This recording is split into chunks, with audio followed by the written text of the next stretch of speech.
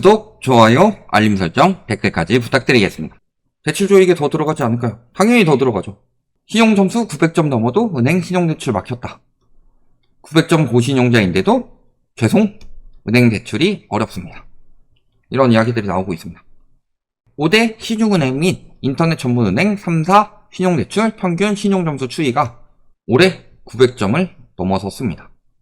그래서 보시면은 한국은행이 기준금리를 10차례 연속 동결하는 등 올해 하반기까지 고금리 장기화가 이어질 것이라는 전망이 나오면서 은행들이 대출 문턱을 높이고 있다. 진짜 해석을 이렇게 할 줄은 몰랐습니다. 고금리 장기화가 되는데 은행들이 왜 대출 문턱을 높여요? 고금리 장기화가 되면 대출 문턱은 알아서 높여질 것인데. 그게 문제가 아니라 이거예요. 5대 금융지주가 당국에 가계대출 증가율 1.5%에서 2%로 관리할 것이다. 이렇게 이야기를 했죠. 그러면은 올해 1.5에서 2%로 관리하기가 쉬울까? 그리고 이렇게 관리한다는 게 무슨 뜻이에요?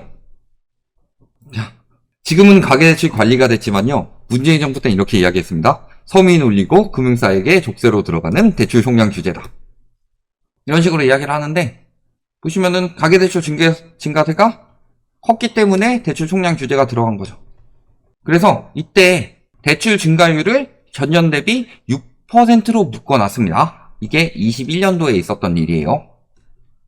근데 그때는 물론 지금보다 가계대출 증가가 굉장히 높았기 때문에 그런 상황인데 지금 가계대출 증가 규모는 축소되고 있다. 그리고 오히려 가계대출이 꺾이고 있다. 이런 식으로 이야기하고 있는데 지금 정책대출로 많이 돌려놨기 때문입니다. 그러니까 정책대출이 작년에 특례 보금자리론 어디서 받았어요? 은행에서 받았죠. 올해 신생아 특례도 마찬가지입니다. 근데 신생아 특례는 은행에서 받는데 디딤돌, 버팀목 이런 것들 은행에서 안 받죠 이제. 자체 재원으로 쓰고 있죠. 그러니까 가계부채가 줄어들었다고 하는데 주담대가 줄어서 가계부채가 줄어들었대요. 근데 주담대는 실질적으로 정책대출로 늘리고 있죠. 작년에 가계부채 증가의 3분의 2가 주담대 증가의 3분의 2가 정책대출이었다고 합니다. 그럼 그 3분의 2 떼고 나면은 나머지 대출은 다 감소세이기 때문에 정책대출 떼고 나면 대출이 감소하는 거였는데 정부에서 대출하라고 돈을 퍼부어서 은행들 갑박해가지고 돈 퍼부어서 나온 거예요. 근데 지금 2021년보다 더 강력하게 대출 총량 규제가 들어간다고 합니다. 당연히 심각할 수밖에 없는 거죠. 근데 이딴 기사가 뜨고 있어요. 지금 안 그래도 이 기사 이야기하려고 그랬는데 은행 가계대출 문턱 낮아진다. 대출 더 잘 내줄 것처럼 이야기를 합니다. 그래서 보시면은 대출 문턱 낮아지고 신용대출만 강화한다. 그 이유는 2024년 발표한 1분기 대출 행태 서베이 결과에 따르면 2분기 국내 은행의 대출 태도는 기업과 가계주택에서 다소 완화, 가계 일반은 다소 강화 수준으로 전망이 됐다. 저렇게 호도만 해요. 다른 기사 보시면 2분기에도 가계대출 문턱 높을 듯. 해석이 다르죠? 그래서 왜 이렇게 됐냐? 봤을 때 가계 일반 대출 태도가 마이너스 6에서 마이너스 3으로 바뀐 이유는 대출 수요가 더 마이너스가 되고 있기 때문이에요. 대출 태도에 대한 게 주택에 대해서도 태도가 약간 나아진 이유는 1분기보다 2분기에 대출 받을 수요가 굉장히 줄어들었다는 것을 은행에서 예측을 하고 있기 때문이다. 그러니까 은행에서 대출을 한 10만 내주려고 그랬어요. 10만 내주려고 그랬는데 받는 사람이 30이면은 대출 태도는 굉장히 마이너스겠죠. 왜냐면 내주는 건 3분의 1 수준이니까. 근데 지금은 수요가 10밖에 안 돼요. 근데 은행에서 5만 내준대. 그럼 3분의 1 받는 거에서 2분의 1 받는 걸로 바뀌었죠. 그러면은 대출을 3분의 1밖에 안 내주다가 2분의 1이나 내주네? 대출 태도가 완화됐다. 근데 수요가 감소돼서 대출 태도가 완화된 거지. 이런 걸 가지고 대출 태도는 아직도 마이너스인데 주택 대출 태도만 좋아졌죠. 주택 대출 태도 왜 좋아졌어요? 정책 대출 나오니까. 이번에 신생아 특례에 대해서 2분기 때 어떻게 하겠다고 그랬어요? 소득 기준을 2억으로 높인다고 그랬죠. 그럼 당연히 주택에 대한 태도는 완화될 수밖에 없어요. 정부에서 그렇게 하라고 그랬으니까. 그걸 가지고 대출 받기가 더 양호해질 듯. 자, 청년 전세 대출 문전박대 당하고 있다고 합니다. 다른 은행 알아보세요. 대부분의 대출들이 지금 이런 상황입니다. 정부는 전세 자금이 부족한 청년층을 위해 일반 대출보다 훨씬 낮은 금리로 돈을 빌려주는 버팀목 대출을 은행에 맡겨 운영하고 있다. 근데 거절받고 있다. 왜? 다른 업무가 바빠서 취급하지 않는다.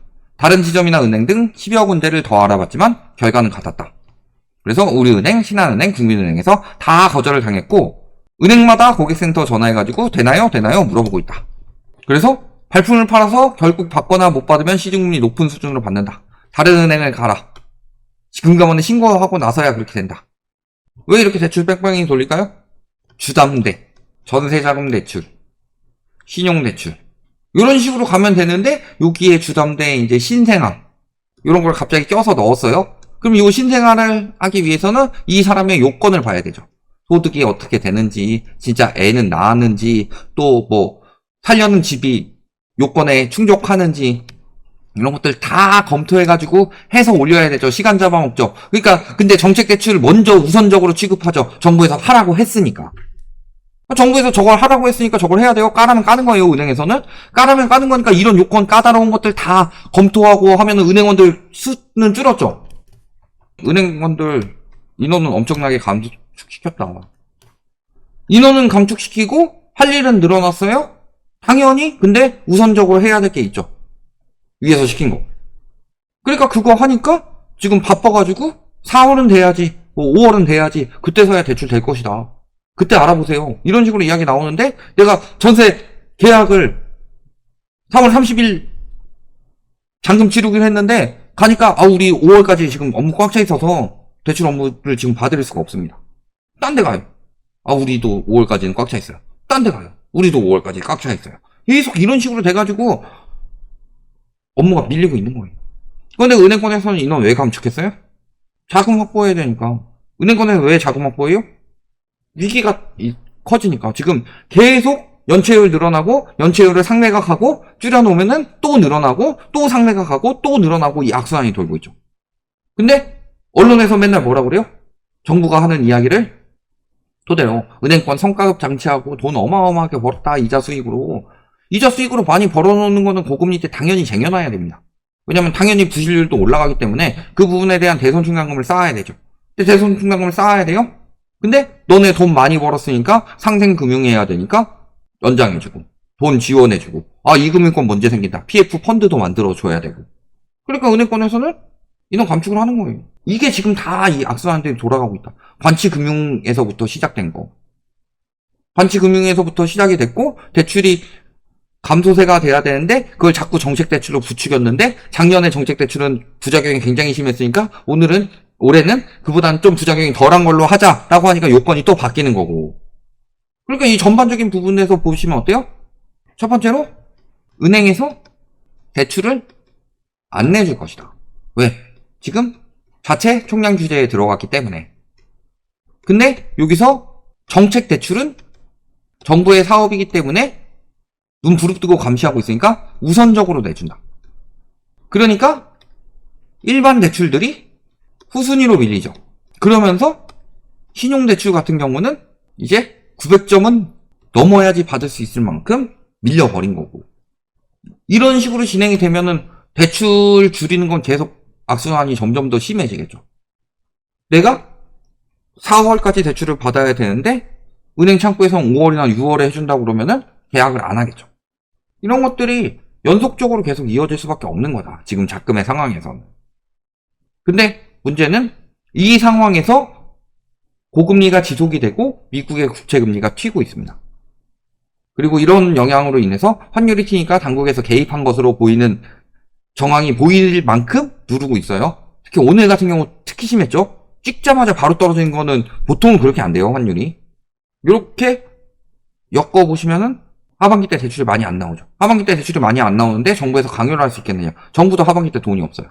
대출 중단은 이미 시작됐다. 신용대출은 신용 낮으면 이제 대출도 안 내준다. 왜? 완전 고신용자 아니면은 중신용자들은 대출을 못 받아요. 완전 저신용자들은 또 빌려주라고 하니까 빌려주는 거. 그러면은 대출을 정해놓은 게 이만큼이 있어요? 근데 보통 이제 고신용자, 중신용자 이렇게 줘야 되는데 여기를 무조건 지원을 하게 만드니까 완전 고신용자들만 대출이 나오는 거다. 이런 식으로 보면 앞으로 대출 중단은 계속 점점 더 커져갈 수밖에 없죠. 지금도 돈 빌리러 가보세요. 잘 빌려주나. 근데도 막 부동산 시장 가면은 사람들이 많으니 어쩌니 저쩌니 부동산 시장 가가지고 집값이 올라갈 것 같은데요. 제가 계약하겠습니다 하고서 막 부동산 올라갑니다 하고 확성기 퍼뜨리고 딱 은행 가가지고 대출 안 나오는 건 이야기 안 한다니까요. 이게 답이다. 여기까지 말씀드리겠습니다.